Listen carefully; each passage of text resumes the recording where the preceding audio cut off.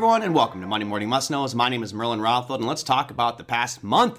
Second straight month in a row of just colossal gains for the broader market indexes. S&P, NASDAQ, Russell, and Dow. Dow, the weakest of the bunch, but still 2 months straight of huge gains across the board. And we're looking at technology driving this, with memory and chips and AI being the driving force. Now, what will this upcoming month of June bring us? Well, let's start things off with the easy stuff, the earnings calendar. It is a relatively light week this week, but I will start you off on Monday with Hewlett Packard. Again, they had a pretty big pop on Dell's earnings last week. Maybe that will continue, and maybe they'll start to do more in the server space or get into more chip manufacturing. Who knows what they're going to do, but they had come out with their earnings on Monday. That's just one of 294 companies reporting earnings this week. On Tuesday, we get some more. You got Palo Alto Networks, Dollar General. You've got Ulta. Wednesday brings you Broadcom, which is a huge one, CrowdStrike, and Medtronic. Wednesday really is the big day because of Broadcom's earnings there.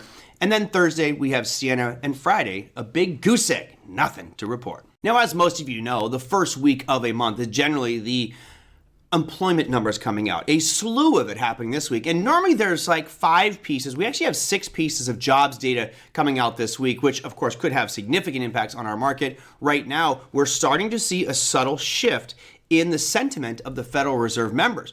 For the past 6-8 months, it's been maybe lowering rates, most likely neutral, but we could possibly be lowering rates. And markets have been expecting that.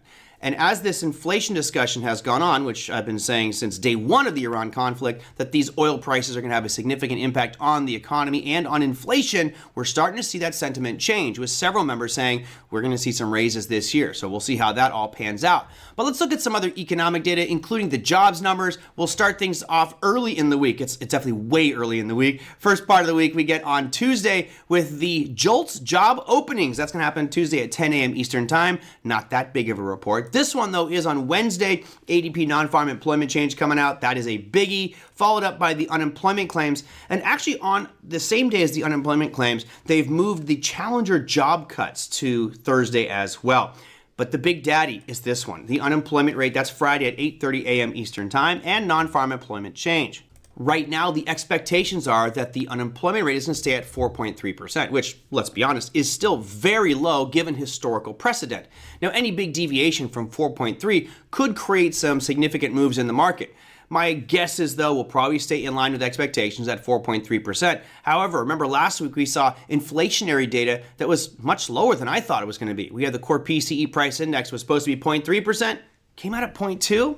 Where are they getting this data from? I'm watching oil prices stay consistently high. Things should be rising, and maybe there's a lag effect here that I'm just not seeing. So that is the big stuff for the week, is the jobs data, particularly on Friday with the unemployment rate. Now we'll wrap things up with manufacturing. Normally we get services and manufacturing together, so it's nice to get that view of those two industries for different countries. This week it's just manufacturing, and there's quite a few numbers here to talk about. We start things off over in Europe with Spain at 3:15 a.m. Eastern time. Of course, these are all going to be on Monday to kick off our week.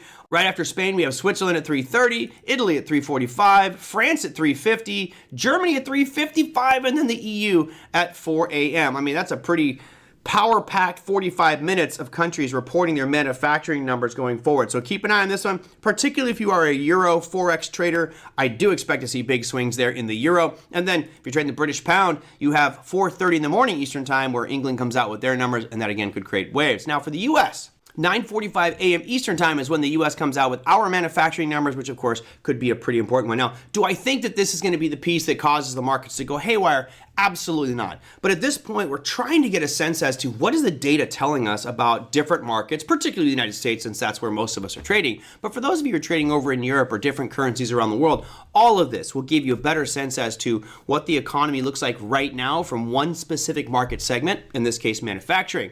And as we start to put this puzzle together, we can paint a clearer picture of where the economy may be headed. Therefore, we can anticipate what the Fed may do with rates, and therefore anticipate where this market may be headed. Although, even in light of some of the negative information we've been seeing on the U.S. data, U.S. economy continues to pull really strong to the upside, and those broad market indexes looking awfully darn good. And that, my friends, is all that I have for you today. So on behalf of all of us here at Trading Academy, we'll see you next week on Monday Morning Must Knows.